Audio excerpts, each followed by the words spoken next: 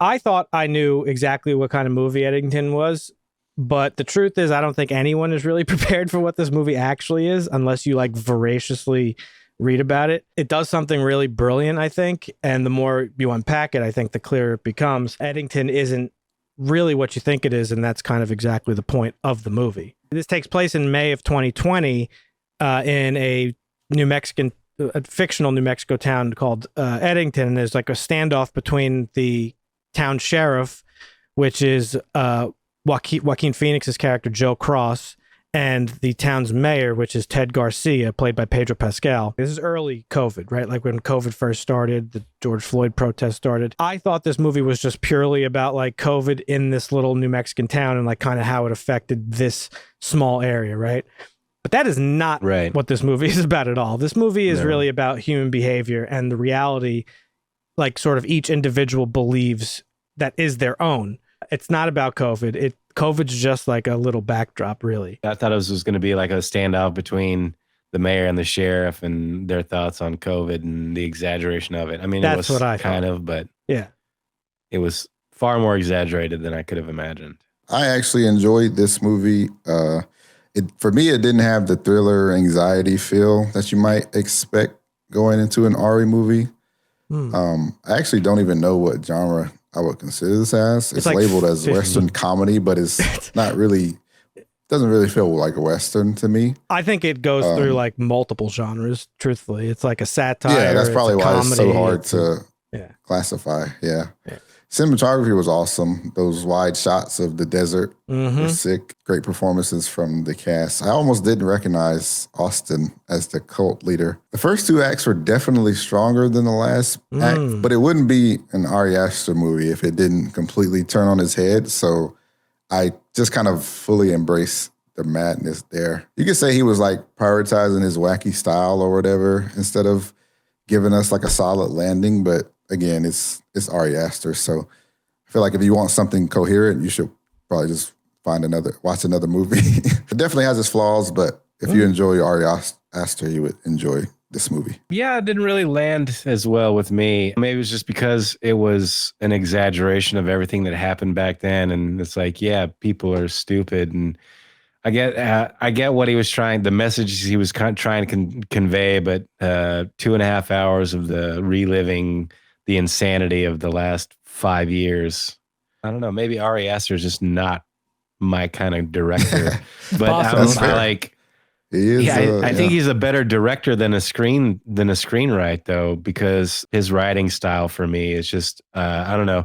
Some of it was really good. Some of it was just bad. I mean, I get the read of like, you know, pretty the in your face sort of like distillation of the last 5 years of American culture.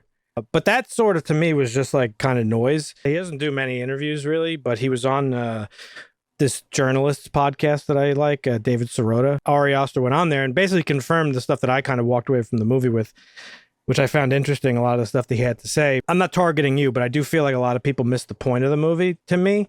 I think it wasn't necessarily to capture that insane like moment in American history, but more so how we've all been captured by this like really nefarious thing sort of at play. I don't think the movie's a political film at all. It is basically like holding up our culture to like a funhouse mirror in a sense. And so a lot of the ridiculous stuff that's going on is pure satire. Like, it's ridiculous. But what the movie's really trying to tell you is it's toying with the idea that we're all being manipulated to some degree or another by larger forces at play. It's something people both on the left and the right agree on, but we can't seem to really agree on what exactly those forces are. What I think is crazy, and how this movie kind of like puts it into perspective, is how both sides, right and left, see the manipulation, but they point fingers in opposite directions. And I think that's sort of what the movie was speaking to, not really like, oh, COVID was a crazy time. You know what I mean? It was still a take on the ridiculousness of it. Like, yeah, no, for sure. I mean, he uses that as a catalyst, and he wrote the movie during COVID. So it's very much about that, but I think there's that deeper level to it. I also think the movie does a really great job of showing the generational divide in how we consume things. Like you see like how the older generations, the boomers, her mom, Dawn, played by Deirdre O'Donnell, like she was the one into like all the QAnon conspiracies and stuff. Jeez, yeah, it was bad. And then the Gen Xers were like a little bit less extreme in their indoctrination, but still had it. And then the kids were like full fucking woke, idiot brained, like fucking screaming at cops and like doing dumb shit. Yeah, people are worried about the kids watching YouTube. Man, those boomers watching YouTube are dangerous. Oh, they just get sucked right in instantly. They think everything on the internet's real. Where we're trained to be like, nothing is real. Yeah. Yes, it's AI. Stop sending me stuff. So speaking to the deeper thing, right? The nefarious thing, right? We're all being distracted by these larger forces at play. And in this movie, it's that is represented by the data center that is being built outside the town. Magikarp. They don't really focus on it too much. It's like in the beginning, kind of just to show that Pedro Pascal's character is sort of like a corporatist, like sleazeball, like he's just going to side with whatever for profit. And then they kind of show it at the end, but they play it for like comedy. That's kind of how it ended up, right? That the thing became built anyway. Like at the end of it all, everyone kind of just bent the knee, like they're working for this thing that they all were like fighting against at the beginning. He makes a very clear point to use screens as like sort of scary devices. And I don't mean physical devices. I mean like writing devices or like imagery. The screen is like ever present in the movie, like the laptop screen, the phone screen, the TV screen.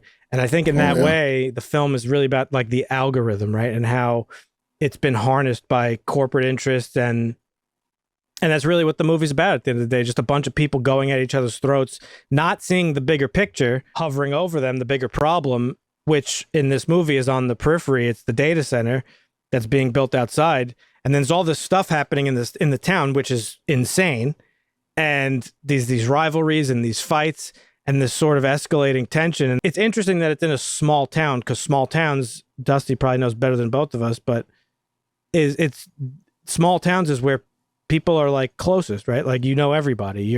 Everybody's your friend. Everybody's your neighbor. There's a more sense of a community for sure. Yeah, and you see these people going at each other and getting pulled away from each other, getting pulled away from that sense of community by what is effectively the data center, right? And the irony is that thing is being built is only going to fuel and intensify the thing that's allowing it to be created anyway, right?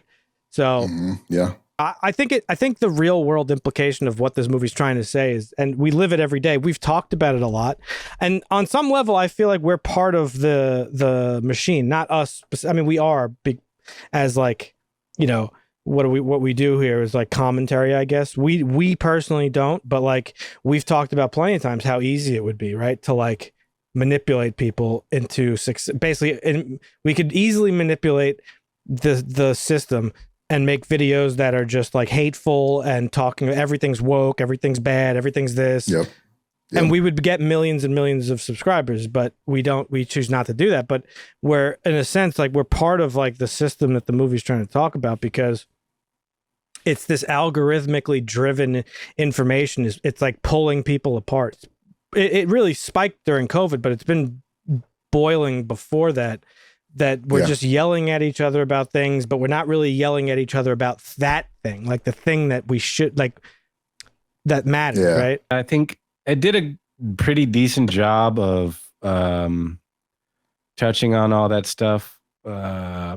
Maybe because I have a disdain for society as a whole, that's why it just doesn't really resonate for me, because it just kind of it amplifies all the problems that I have with society and social media and everything. So maybe it was good in that it says those things, but I already know those things. So it was just like, it felt more the same for me. But I mean, it's a good movie. As far as the runtime, there was one point, it was literally, I kid you not, it was like halfway, almost exactly halfway when I pulled up. And then I was like, how is there going to be another hour and some change of this? But it ended up going by pretty quickly. It was just a weird moment. I was like, I can't believe this still has so much left, because it already felt like it had been, we had covered so much in that first half of the movie. So just real quick, taking the message of the movie, really, of like, it's not about picking a side, right? It's about realizing the game is rigged while you're busy yelling at each other.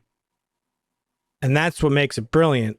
Did you guys walk away with like a hope for the future or despair about where we are? Like, obviously, nothing. I don't think we've yet gone into like a corrective state in real life yet, but I don't know that we could get there personally. I'm a little bit more pessimistic. I think we're a little too far gone now. No, not much hope just based on the ending, right? Like the corporation won at the end of it all.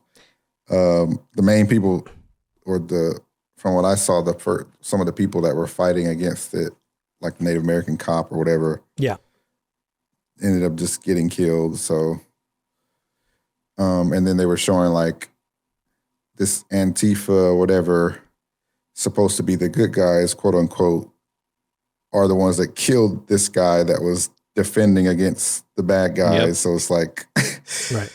Yeah, it just, no hope whatsoever there for me. No, I've been pretty nihilistic and pessimistic about the way we're heading as a civilization for a while now. So this didn't really change my views. So we're all miserable. But yeah, as a film, I thought it was great.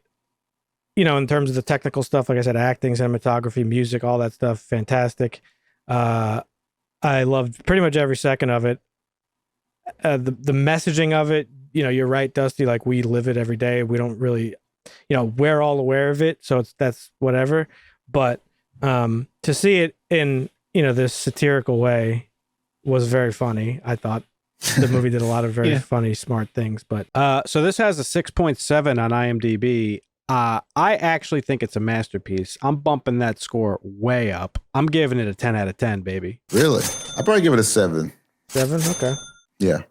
I mean, I'd give it a little bump, I guess, as to a 7, just because. But I wouldn't give it too much. Yeah, give it a 7. It was satirical, but it wasn't that far off. No, it wasn't. Yeah. That's why I thought it was brilliant. I've seen like all of that, what they were saying. Like, I've seen that like in real life. Yeah. So it's like not even that crazy. Yep, exactly. Leave a comment, folks. Let us know what you thought about this movie. Did you love it or hate it?